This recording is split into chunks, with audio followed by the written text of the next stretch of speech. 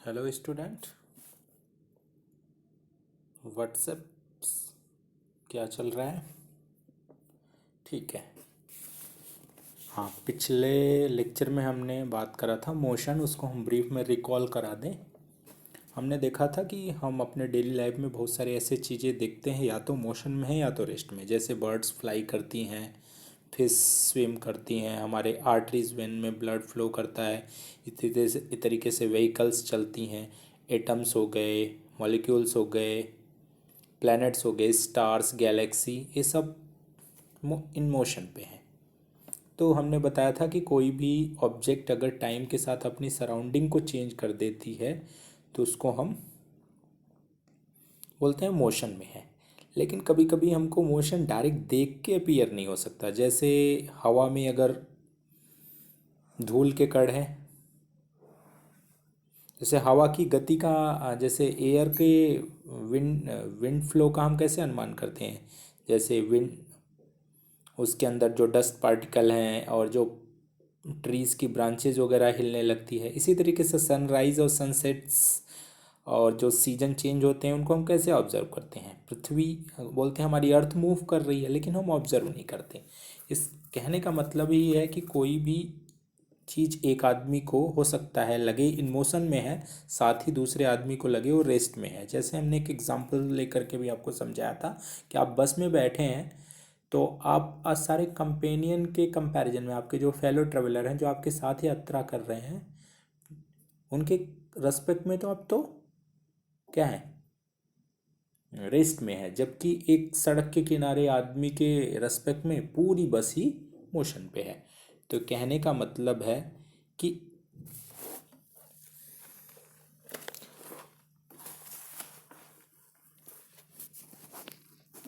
an object may appear to moving for one person and stationary for other। तो ऐसा हो सकता है एक आदमी को मूविंग लगे, दूसरे को स्टेशनरी लगे। एक कॉम्प्लेक्स फिनोमेना है। हमने बोला था अगर एक सीधी लाइन में जा रही है तो उसको स्ट्रेट लाइन मोशन कह देते हैं। अगर कोई, आपने पीछे के क्लास में पढ़ा भी होगा, अगर वो किसी सर्कल में मूव कर रही है तो सर्कुलर मोशन हो गया। रोटेट कर रही है, रोटेटरी मूव मोशन हो गया है। वाइब्रेशनल मोशन हो गया। तो अलग अलग तरीके से उसको क्लासीफाई करते हैं। हमने और भी बोला था कि अगर दो ट्रेनें एक साथ चल रही हैं, अगर एक ट्रेन को दूसरे के रेस्पेक्ट में देख रहे हैं, एक पैसेंजर को उस दूसरे एक ट्रेन में, मतलब ट्रेन ए और ट्रेन बी दो हैं, तो इस ट्रेन के पैसेंजर को उस ट्रेन के पैसेंजर के रेस्पेक्ट में देख रहे हैं। उसी ट्रेन को किसी रास्ते पे खड़े हुए दो पर्सन के रेस्पेक्ट में देख रहे हैं। तो यानी कहने का मतलब हमारे दिमाग में जाना चाहिए, जब भी मोशन बोलेंगे वो किसी न किसी के रेस्पेक्ट में होगी। और हमने बताया था, डिस्टेंस और डिस्प्लेसमेंट की बात करी थी। डिस्टेंस को हमेशा पॉजिटिव कहा था, डिस्प्लेसमेंट पॉजिटिव नेगेटिव कुछ भी हो सकता है। और हमने इन पे डिस्कस भी करा था। तो यहाँ पे हम देख लेते हैं थोड़ा mechanics. Mechanics mechanics study of object, study of study of object at rest R motion. तो इसमें दो ब्रांचेज हम बता सकते हैं। काइनेमेटिक्स क्या है, study of motion with respect to time. और डायनेमिक्स क्या है, कॉजेज ऑफ मोशन, कोई चीज़ किस चीज़ के कारण चलती है। जैसे न्यूटन्स के लॉ इसमें देखेंगे। और हमने बोला था, इसके बाद यहाँ पे देख लो डायग्राम बताते हैं, वो जो हमने बताया था, एक पर्सन खड़ा है, उसके लिए कोई चीज़ चल रही है। तो यहाँ से हम एक कंक्लूजन निकाल सकते हैं, रेस्ट और मोशन एंड रिलेटिव टर्म। हमको कोई भी चीज़ की पोजीशन बताने के लिए हमको फिक्स पॉइंट्स चाहिए, इसको फ्रेम ऑफ रेफरेंस कहते हैं। क्या कहते हैं, फ्रेम ऑफ रेफरेंस। तो क्लासिफिकेशन, कोई स्ट्रेट लाइन में मोशन हो रहा है तो उसको मोशन इन 1D। 1D का मतलब ऐसे सीधी एक ही डायरेक्शन में। अगर कोई चीज़ मेज़ वगैरह पे जा रही है, कैरम बोर्ड, ये तो इसको 2D मोशन हो गया। और स्पेस में चल रही है 3D, आपने पढ़ा भी है कि 1 डायमेंशनल फिगर, 2 डायमेंशनल फिगर, जैसे हमने बताया था आपका 2 डायमेंशनल फिगर में रेक्टेंगल हो गया, स्क्वायर हो गया, ये सब 2 डायमेंशन। जबकि 3 डायमेंशन में क्यूबाइड। तो अगर स्पेस में मोशन हो रहा है उसको 3 डायमेंशनल मोशन कहेंगे। क्या कहेंगे, 3 डायमेंशनल मोशन। और भी हमने बताया था सर्कुलर मोशन हो सकता है, स्ट्रेट लाइन मोशन हो सकता है, ऑसिलेटरी मोशन हो सकता है। ठीक है, ये सब आप 7 क्लास में पढ़ चुके हैं। यहाँ से पहला जो सवाल आपसे पूछा जा सकता है उस पर हम डिस्कस करते हैं। ये है कि आपको डिस्टेंस और डिस्प्लेसमेंट में डिफरेंस लिखने को आ सकता है। तो हमने आपको इसको पढ़ा दिया, फिर भी इसको समझ लेते हैं। तो देखो क्या है, टोटल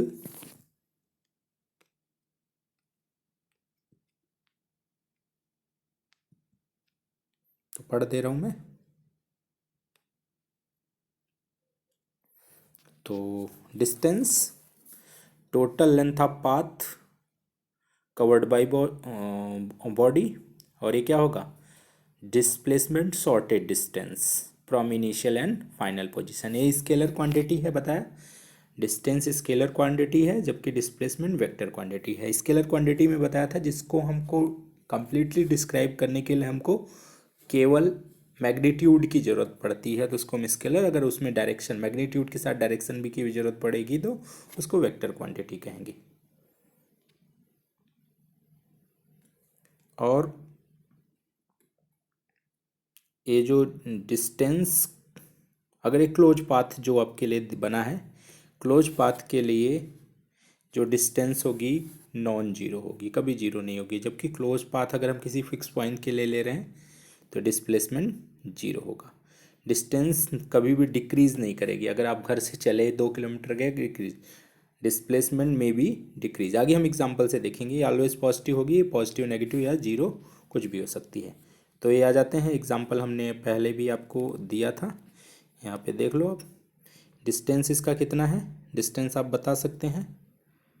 डिस्टेंस इसका हो जाएगा आपका 10 AB प्लस BC, यानी 10 + 10 तो 20 सेंटीमीटर, 20 मीटर। और डिस्प्लेसमेंट हमेशा बताया था ना, शॉर्टेस्ट होगा, ये है डिस्प्लेसमेंट। और पाइथागोरस थ्योरम से आप निकाल सकते हैं, ये आ जाएगा आपका डिस्प्लेसमेंट। अगेन ये सवाल दिया है, आप पढ़ भी सकते हैं, मैं पढ़ भी बता दे रहा हूँ। एक farmer has go to 500 metre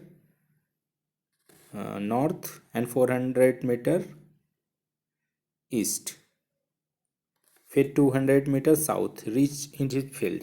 तो उसके बाद पूछ रहा है उसने कितना डिस्टेंस कवर किया और कितना डिस्प्लेसमेंट किया। तो इस चीज़ को आप देख सकते हैं कि यहाँ से ए से बी 500 मीटर है, फिर बी से सी 400 और ए फिर 200। तो यहाँ पे डिस्प्लेसमेंट ए डी है। तो ए अगर यहाँ पे आप देख सकते हैं बी ई आपका कितना है, बी 200 है तो 300 हो जाएगा, और ये 400 है तो पाइथागोरस थ्योरम से इसके बीच की हम डिस्टेंस निकाल सकते हैं। यूनिफॉर्म मोशन का मतलब सिंपल सी बात है, आप घड़ी देख लो, आपकी घड़ी वॉच की वो जो हैंड वाली वॉच होती है जिसमें आर वॉल वॉच मतलब दीवाल घड़ी, जिसमें hand minute hand, second hand and hour hand हो, तो इक्वल टाइम इंटरवल में इक्वल डिस्टेंस कवर करती है तो उसको यूनिफॉर्म मोशन। अगर इक्वल टाइम इंटरवल में इक्वल डिस्टेंस कवर नहीं करती तो नॉन हमारे लाइफ में most of the motion non uniform होते हैं। जैसे मेट्रो ही हो गई, स्टेशन से चलेगी तो थोड़ी तेज चलेगी, फिर अगला स्टेशन आना होगा तो धीमा।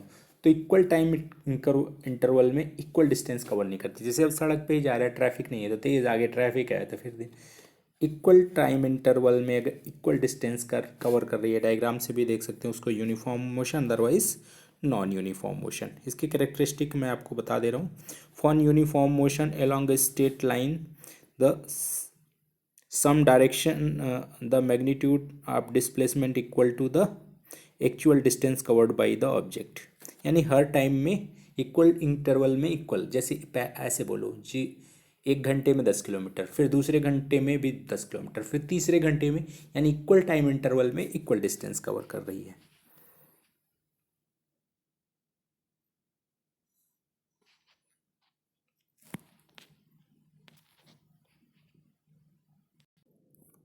तो नॉन यूनिफॉर्म मोशन में क्या है, a body has a non uniform if it travel unequal distance travels unequal distance in equal intervals of time. जैसे मैं बोलूँ यहाँ से मैं गया, पहले ट्रैफिक नहीं था सपोज़ करो, तो 1 घंटे में मैं 50 किलोमीटर 60 किलोमीटर चला गया। फिर दूसरे घंटे में बहुत ट्रैफिक था, बीच में या धीरे थोड़ी कार चलाई, कम स्पीड में चलाई, तो 30 किलोमीटर गया। फिर आगे 50 किलोमीटर, मैंने 3 घंटे में मैं अलग अलग स्पीड से गया। तो ये नॉन यूनिफॉर्म मोशन का हो गया। तो ये एग्जांपल भी देख सकते हो, ये non uniform motion also called AC related motion. इसके बारे में आगे हम डिस्कस करेंगे। हाँ, इसके कुछ एग्जांपल देख लेते हैं। डिस्प्लेसमेंट हो गया, डिस्प्लेसमेंट को हमको सीधा as it is positive negative जैसा हो वैसा जोड़ देते हैं। जैसे यहाँ से ओ से एग्जांपल देख सकते हैं, ओ से ए तक गया, कितना है 7 किलोमीटर, लेकिन वापस आ गया मैं कहाँ तक, ये देख सकते हैं आप, बीच में कोई पॉइंट है, तो मैं 7 गया, 2 वापस आ गया, तो टोटल डिस्प्लेसमेंट कितना हो गया 5।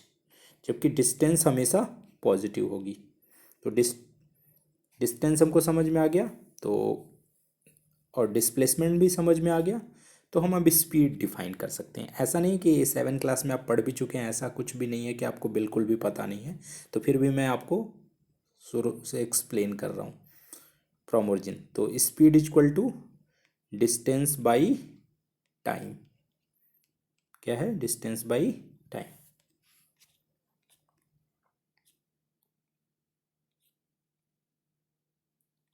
ओके, फिर हम आगे डिस्कस करेंगे AC relation, uniform AC relation, average distance. Okay, thank you.